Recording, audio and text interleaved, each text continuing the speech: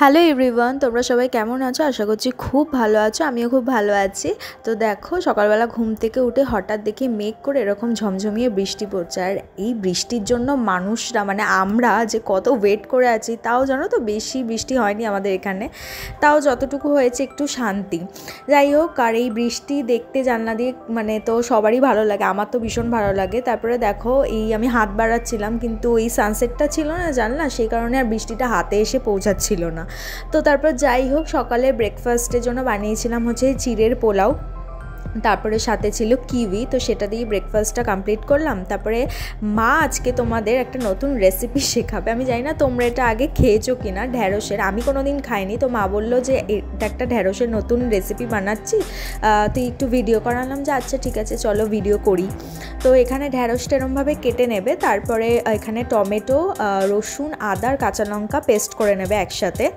তো এখানে পেস্ট করে তারপরে একসাথে এগুলো মাখাতে হবে। তো সেই পেস্টটা এই ঢ্যাঁড়সের মধ্যে দিয়ে দেবে, তোমাদের যতটা পরিমাণ আর কি লাগবে দিয়ে তারপরে এর মধ্যে কিছু মশলা দিতে হবে, হলুদ গুঁড়ো, জিরে গুঁড়ো আর ধনে গুঁড়ো।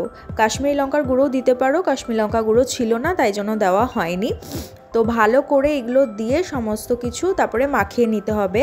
আর হ্যাঁ, অবশ্যই কাঁচা পেঁয়াজ দেবে। এখানে কি হয়েছে বলো তো, পেঁয়াজটা এরকম দেখতে পাচ্ছ, আসলে চিড়ে পোলাওয়ের জন্য মা একসাথেই এটার জন্য কেটে রেখেছিল। এবার আমি না সব কিছু ঢেলে দিয়েছি, বুঝতে পারিনি, তাই কারণে মা বললো যে আমি তো কিছুটা এর জন্য রেখেছিলাম, তুই পুরোটা দিয়ে দিয়েছিস, তো আবার তুলে রেখে তারপরে ওই জন্য এরকম দেখাচ্ছে।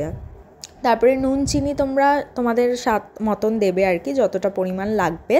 তারপরে এখানে কাঁচা তেল দিতে হবে, তোমার যতটা, এখানেও পরিমাণ মতন কাঁচা তেল দিয়ে ভালো করে এটাকে মেশাতে হবে, মাখতে হবে। তো এটা মেখে ঝুঁকে আর কি বসাতে হবে।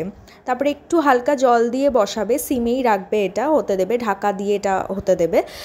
এটা না কোনো দিন খাইনি, এটা ঢ্যাঁড়স পাতুরিই বলতে পারো। বেশ ভালো লাগলো কিন্তু খেতে, তোমরা একবার বানিয়ে খেয়ে দেখতে পারো।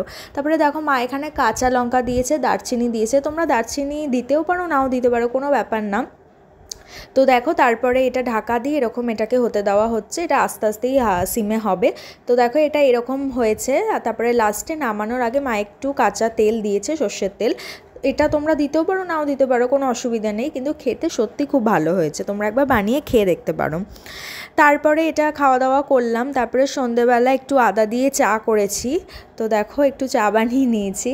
তারপরে একটু বৃষ্টি ওয়েদার, তাই জন্য আদা দিয়ে চা করেছি। তারপরে অনেক দিন থেকে সাবুর পাঁপড় খেতে ইচ্ছা করছিল, তো সাবুর পাঁপড় এনেছিলাম, তো সেটাই ভেজে নিয়েছি। তো দেখো, তারপরে বিকেলে একটু হাওয়া দিচ্ছিল। তারপরে মা রাত্রিবেলা বানিয়েছিল চাউমিন, আর আমি আগের দিন বানিয়েছিলাম চিলি চিকেন, তো সেটা একটু ছিল আর কি। তো সেটা দিয়ে রাতে ডিনারটা কমপ্লিট করলাম।